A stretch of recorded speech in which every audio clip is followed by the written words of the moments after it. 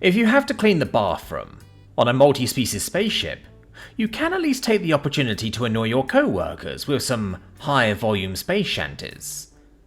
The acoustics of most bathrooms I've been in are great, and this one was no exception. If you find snacks in high places, adhesive eyes making faces, I sang, passing the sanitation wand over the floor. Someone gives thanks to the void, and knives to the droid.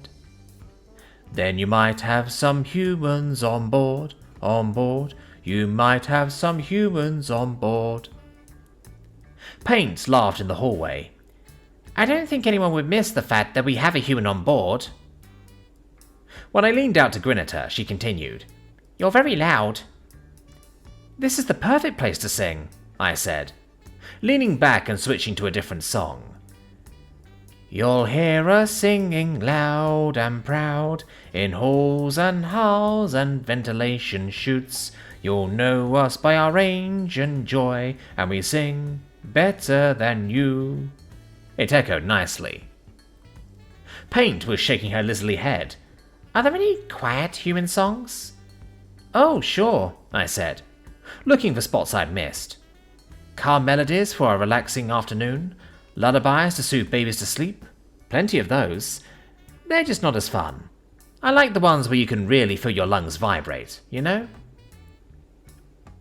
Paint was giving me that cocked head look that said she wasn't entirely sure what I was talking about, but didn't feel like saying so. Right. I think that one made the floor vibrate too. Oh, you should meet an opera singer. They can shatter glass. What? Paint stepped closer, switching her tail. You are making that up. No, really, I said. It's very impressive. A rare talent for sure. I got to my feet and emptied the sanitation wand into the trash chute. My voice is nothing special. Pretty good, I like to think, but no kind of superstar. Still, singing is fun. Paint seemed to be having trouble coming up with a compliment. Your voice is very clear. Low? Is that a good thing? I like to think so.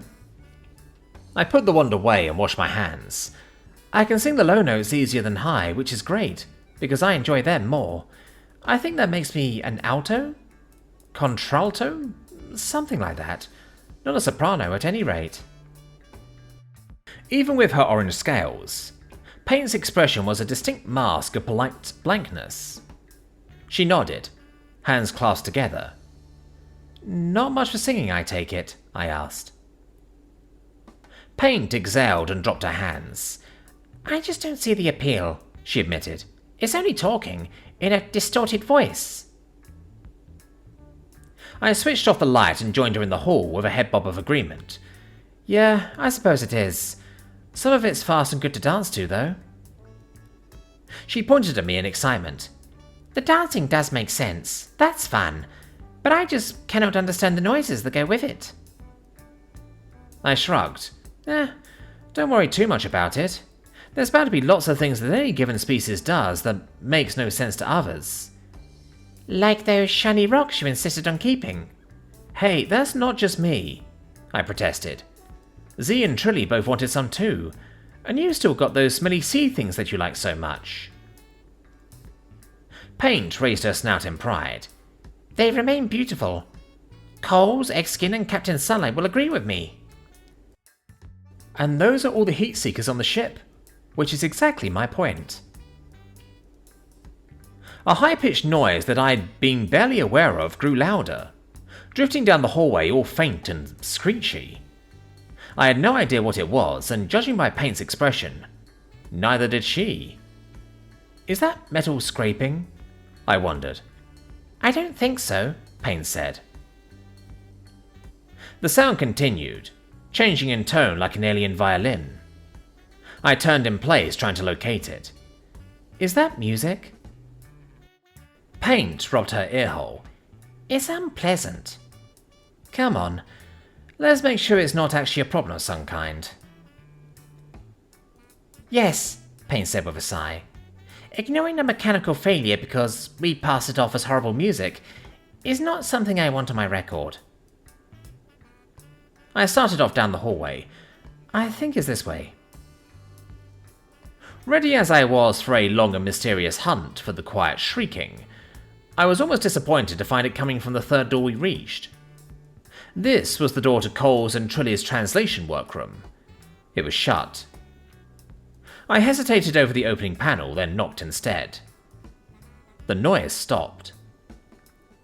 When the door slid open, it was to a vision of exoskeleton nightmares, shiny black and red with pincher arms, mandibles, and a pair of antennae angled into a very irritated expression. "Hi, Trilly," I said. "Everything okay in there?" Paint added, "We heard a noise." The door shut in our faces. After a moment, the screechy serenade resumed. I blinked. Rude? Paint had her hands over her earholes. "What is it?" "Probably not a machine failure," I said, wincing as the noise approached nails on chalkboard levels. "Let's go I'll see." We walked very quickly away, and found Z outside the kitchen talking to Exkin. The sound was faint here, but still audible. "Hey Z," I said cheerfully, "can you tell us what in the 7 spherical black holes Trilly is doing right now?" Z threw his own purple pincher arms in the air. "Butchering a classic," he exclaimed. "I've told her that she's got the middle part backwards, but she insists it's a regional variant." I glanced at Eggskin, who was just shaking their scaly head. "So it is music then?" Z folded his pinchers with a flare of antenna. "There's a squeaking competition at Basel Station," he said. "She's under the impression that the judges there will enjoy regional variants that are wrong." "I see," I said, wondering if I should ask the obvious question. Paint beat me to it. "What's squeaking?" "Leg singing," Z said. "You know." He moved a hind leg in a way that made a brief screech. I knew I was staring, but it was either that or burst out laughing, and that was rarely complimentary. You'd think I'd get used to discovering ways that my alien crewmates resembled Earth animals, but you'd be very wrong. Paint let out a gusty sigh. "I don't understand that kind of singing either," she said. "This makes even less sense than the other one." "Remember, there's always dancing," I told her. "And if it makes you feel any better, I have no idea how to dance to the noises Trilly's making." Z hissed quietly. "No one could dance to that, not without tripping over every other limb." Eggskin spoke up. "Well, I'm certainly not going to try. Would you really like to help me settle on the primary meal for tonight's dinner?"